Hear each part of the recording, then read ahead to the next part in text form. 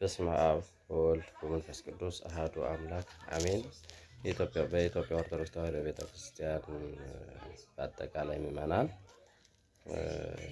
ከዚህ ዛሬ የምንጀምረው በቀደም እንዳልኋቸው የብሉይ ኪዳን አምስቱ ብሔረ ኦሪት ከምዕራፍ 1 ጀምሮ ዘፍጥረት 1 ጀምረን እስከ ኦሪት ዘዳግም ላይ እናያለን ወይም የመጨረሻው ብሔረ ኦሪት የሚባሉትን እናያለን ማለት ነው። ስለዚህ ዛሬ የምንጀምረው ምዕራፍ 1 ምን አለው፣ ምዕራፍ 2 ምን ይዘቶች አሉ የሚለው የመጽሐፍ ቅዱሳዊ ጥናት አገልግሎት እንጀምራለን ማለት ነው። ስለዚህ ብሉይ ኪዳን እንግዲህ ስንጀምረው ብሉይ ማለት የቆየ የኖረ የዘገየ ማለት ነው። ይህም የተባለበት ምክንያት ሐዲስ መኖሩን ለመግለጽ ነው። ኪዳን ማለት ውል፣ ስምምነት፣ መሐላ ማለት ነው። ሰውና እግዚአብሔር የተዋዋለበት ስለሆነ እግዚአብሔር ከላይ አለ፣ ከምድር ሰው አለ። ስለዚህ የሁለቶቹ ስም ቃል ኪዳን ተብሎ የሰውና የእግዚአብሔር ውል፣ ስምምነት፣ መሐላ፣ ቃል ኪዳን ማለት ነው። ኪዳኑን የሰጠው እግዚአብሔር ነው። ኪዳኑን የተቀበለ ሰው ነው። ኪዳኑን ለአዳም ሕይወት ወይንም ሕይወትን በመስጠት ለኖህ ሰውን ከጥፋት ውሃ በማዳን ለአዳም የምድረ ርስትን ተስፋ፣ ለይስሐቅ የመስዋዕትነትን ዋጋ በመስጠት ለያዕቆብ በረከትን በመስጠት ለእስራኤል ከነዓንን በማውረስ ይከናወናል።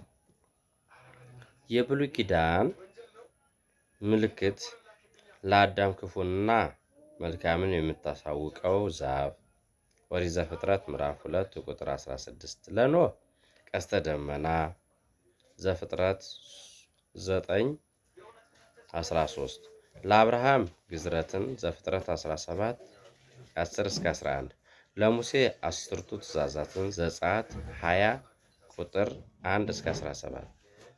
በአጠቃላይ ሲታይ ብሉይ ኪዳን የእግዚአብሔር ቃል ኪዳን ተብሎ ይጠራል። ምክንያቱም ቃሉን ሲያስተላልፍ ከኪዳን ጋር ነውና። የብሉይ ኪዳን መጀመሪያ ኦሪት ዘፍጥረት ነው። በሊቃውንት አይሁድ በመጀመሪያ የሚል ርዕስ ሰጠውታል። ምክንያቱም በሊቃውንቱ አይሁድ እየተሰጠው ነው። በዕብራይስጥ ደግሞ በረሽት ተብሎ ይጠራል። በመጀመሪያ ሰማይና ምድርን እግዚአብሔር ፈጠረ ከሚለው የተወሰደ ስለሆነ ነው። እንግዲህ የእግዚአብሔር ልጆች የብሉይ ኪዳን ስርዓቶች የሚከናወኑበት እያንዳንዳቸው ብሉይ ኪዳን የተጻፈበት ዘመን ቅድመ ልደተ ክርስቶስ 1400 ዓመተ ዓለም ነው። የተጻፈበት ዓላማ አንደኛ እግዚአብሔር ዓለምን እንዴት እንደፈጠረ ለማስረዳት፣ ሁለተኛ የተፈጠሩትን ፍጥረታት በዝርዝር ያስረዳል። ሶስተኛ እግዚአብሔር እርሱ ብቻ ፈጣሪ መሆኑን በመንገድ ሕዝቡን ከአምልኮ ጣዖት ለመጠበቅ፣ አራተኛ እግዚአብሔር ሰማይን በመፍጠር ልዑልነቱን፣ ምድርን በመፍጠሩ ባዕልነቱን፣ ነፋስን በመፍጠሩ ረቂቅነቱን፣ እሳትን በመፍጠሩ ፈታሂነቱን ለማስረዳት ነው። እንግዲህ